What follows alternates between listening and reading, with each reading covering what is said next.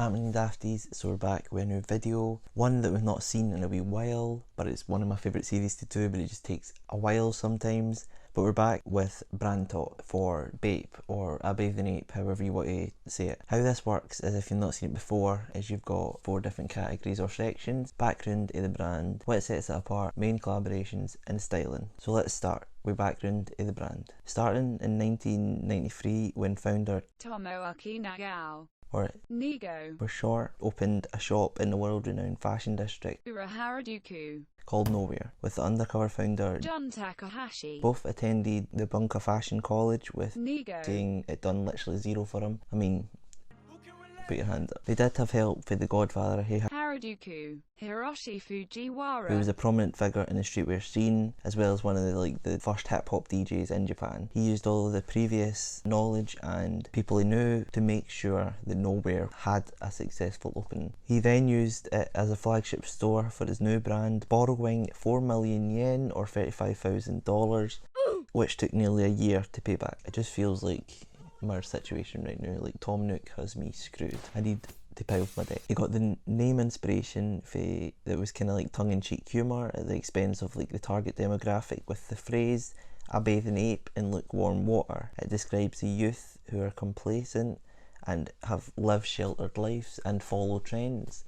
Following trends is literally streetwear in a nutshell. Following trends of like passing midterms or making their way into higher education, like examples like that. He credits it also to his love for science fiction and primarily the Planet of the Apes franchise. He massively took the understanding of this term exclusivity equals desirability. He used to make 50 t-shirts a day, only sell half of them, and then give the other half to influencers to generate hype, which is a brilliant way to do it, as it gets your name out there, as well as you're still making sales, but you're not producing too much where they won't sell out. He only provided enough to supply 10% of the demand, and then halted sales in 40 locations, but one to centralised distribution finally. And then in the late 90s and early 2000s, it started to be seen for kind of what it was. As per usual, after the rise comes a decline. It doesn't last, obviously, because we know Bape as a brand still today, and it still pops off. But as he continued, he amassed a debt of over 2.5 billion yen or $22.5 million,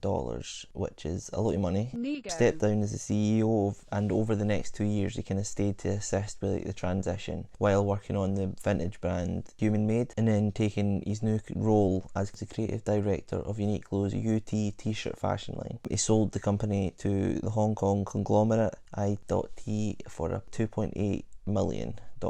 What sets it apart? As said before, what at first set them apart is how deeply he took the saying exclusivity equals desirability. He only made 50 t-shirts a day and then only sold 50% of them.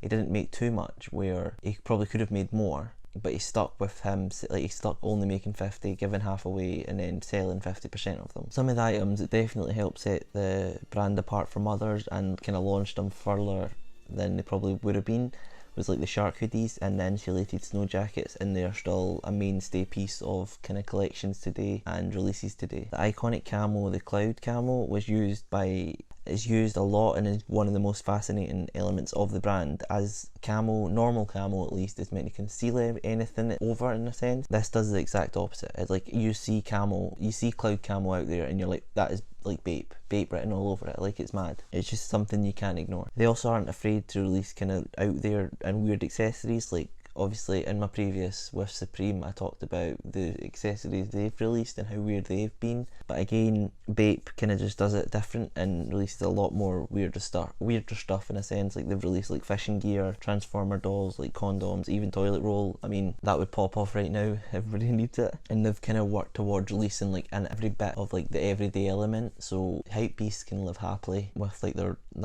carpets, their mugs, their whatever. The main collaborations, kind of like some of the most known ones at least: Supreme times Bape box logo, hype beast dream pretty much. It's very hard to get your hands on as well. It's a definite grail. It's just obviously a t-shirt with a BOGO with the Bape camo, and then the Supreme obviously written on it. Next we have the Kanye West times Bape. Bapes does. I mean, why not? It's Kanye West. Everything he does kind of pops off in the streetwear scene. Although Yeezy fell a bit, they're getting back up there with like the Yeezy slides and that doing very well. Undefeated in Bape. I mean, I had to mention this. You've got the jackets and the hoodies, etc.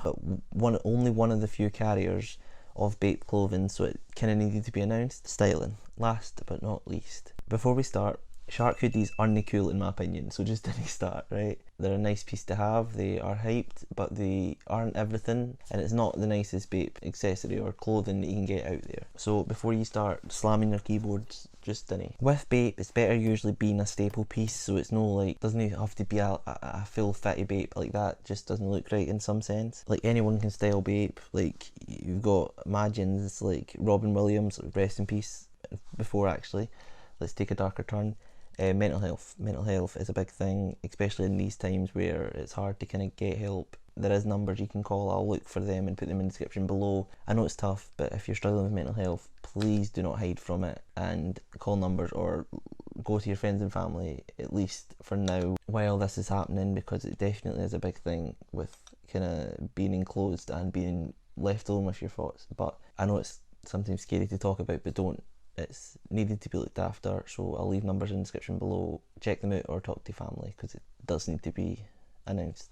Back to this, so rocking the Bape shirt with some dunks, like Style God might I add. He's actually insane, he pulls it off so well. He's done this a couple of times, but this is just so simple, like the Bape button up and then just some dunks. I'll give him a 10 out of 10, get smart rating. Next we have Odell Beckham Jr. pulling off this zip up. Like, I love this fit just because it is that, like, that's a nice zip up as well. Really nice because it's not just thrown in with a bunch of other Bape pieces. It just proves, at least in my opinion, that it looks better as a staple piece and not just like a full fit. But I mean, it is my opinion, it kind of looks a bit tacky if it's like the full fit. It didn't at me. Thanks for sticking through another one of these videos. I know sometimes they can be a wee bit longer. I put a lot of effort into this, so if you guys want to leave a like or subscribe, it genuinely does mean a lot. If you guys haven't seen my other brand talks, I think there was like Supreme, Palace and Off-White so far. I'll leave them in the description below. There is a playlist for them, so you can watch all three of them if you want to do so. Thanks for making it this far. Stay safe, stay home, don't do anything, like don't go out unless you need to, and I'll see you in the next one. Again, stay safe, peace.